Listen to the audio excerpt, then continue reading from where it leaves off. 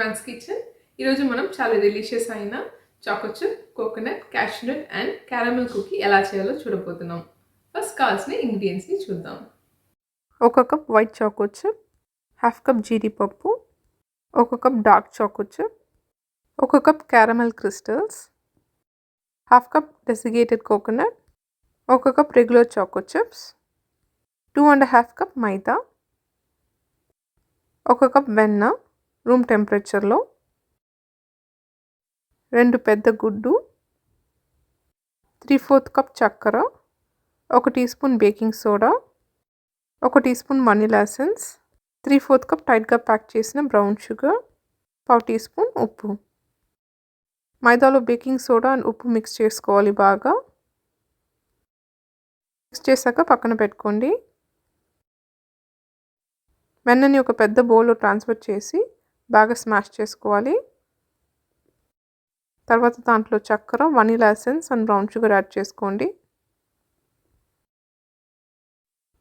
అన్నీ యాడ్ చేసి బాగా మిక్స్ చేసుకోవాలి. ఇలా బాగా మిక్స్ చేశాక గుడ్డులు యాడ్ చేసుకోవాలి ఒక్కొక్కటిగా. ఒక గుడ్డు యాడ్ చేశాక బీట్ చేసి మళ్ళీ ఇంకొక గుడ్డు యాడ్ చేయండి. గుడ్డులన్నీ మిక్స్ చేశాక మనం మిక్స్ చేసి పెట్టిన మైదాని యాడ్ చేసుకోవాలి మెల్లగా. జెంటల్గా మిక్స్ చేయండి.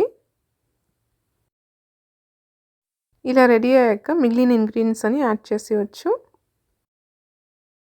మీరు కావాలంటే వేరే టైప్స్ ఆఫ్ చాకో చిప్స్ లేదా నట్స్ కూడా యాడ్ చేసుకోవచ్చు. కొబ్బరి యాడ్ చేయడం వల్ల కుకీలో మంచి టేస్ట్ అండ్ టెక్స్చర్ ఉంటుంది.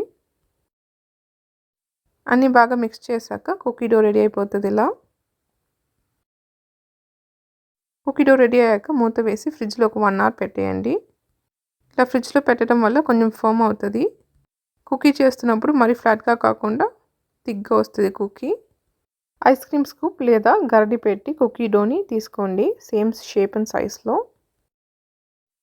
పార్చ్మెంట్ పేపర్ పెట్టిన బేకింగ్ ప్యాన్ మీద అరేంజ్ చేసుకోవాలి కుకీ డోని. కొంచెం స్పేసింగ్ ఉన్నట్టు చూసుకోండి, లేకపోతే కుకీస్ స్టిక్ అయిపోతుంది. ఇప్పుడు బేకింగ్కి రెడీ అయిపోయింది కుకీ డో. అవన్నీ 375 డిగ్రీ ఫారెన్హీట్కి ప్రీహీట్ చేసుకోవాలి. స్లైట్లీ గోల్డెన్ బ్రౌన్ కలర్ అయ్యేదాకా బేక్ చేయండి. అరౌండ్ 8 to 10 మినిట్స్ పడుతుంది బాగా బేక్ అవ్వడానికి.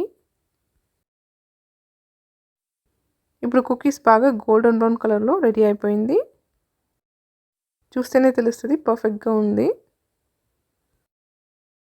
మీరు ఈ కుకీస్ని వేడిగా లేదా కూల్ డౌన్ చేసి రూమ్ టెంపరేచర్లో ఎంజాయ్ చేయొచ్చు.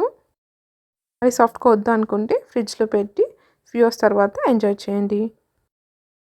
Yummy cookies, try చేయండి, subscribe చేయండి.